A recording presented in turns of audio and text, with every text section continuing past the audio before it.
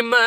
ओ मुझा करीम अल्लाह तो के वास्तो वाह शहीद करबला इमाम हुसैन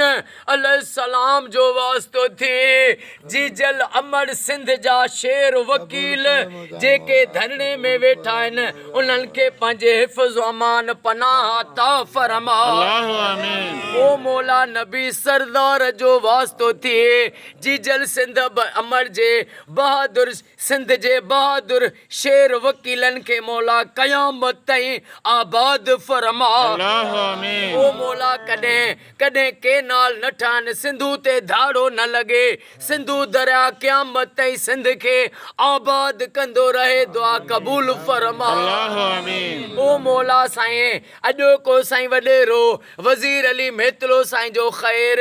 एडवोकेट शहबाज ॾिनो वकील साईं जो ख़ैर साईं कुर्बान अली मेतलो साईं जो ख़ैर पंहिंजी बारगाह में साईं जे आलो अकादन साईं जे आलो औलाद जो ख़ैर जन बिन में ख़ैर गॾायो लन सभिनी जो ख़ैर पंहिंजी बारगाह में क़बूल ओ मंज़ूर फरमा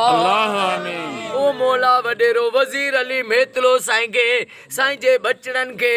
एडवोकेट शहबाज मेतलो साईं खे साईं जे बचड़नि खे क़यामत ताईं आबाद फरमा मौला हिननि जा सॼण साम्हूं कजा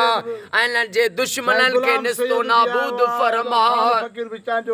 ओ मौला हिन चांडे फ़कीर साईं जा ऐं सैयद साईं जा ओ मौला बेड़ा पार फरमा हिन सैयद बादशाह ते जेके बि मुश्किलातूं अली असगर जे सदके न त उहे दूर फरमा रब साईं बिलावल खान कांदड़ो साईं खे रोज़ी में गंज अता फरमा साईं गुलाम रसूल भंगी साईं जा गुलाम रसूल साईं जा बच्चा घर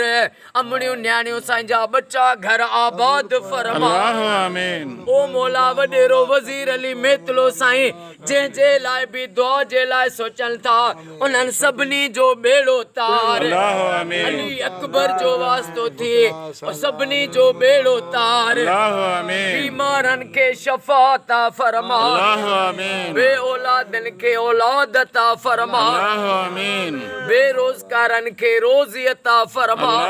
महबूब जी उम्मत खे फ़िरका वारियत खां बचा इन्नल्लाह व मलाइकतहु युसल्लूना अलल नबी हक़ नबी या रसूल या अय्युहल्लज़ीना आमनू सल्लु अलैहि व सल्लिमू तस्लीमा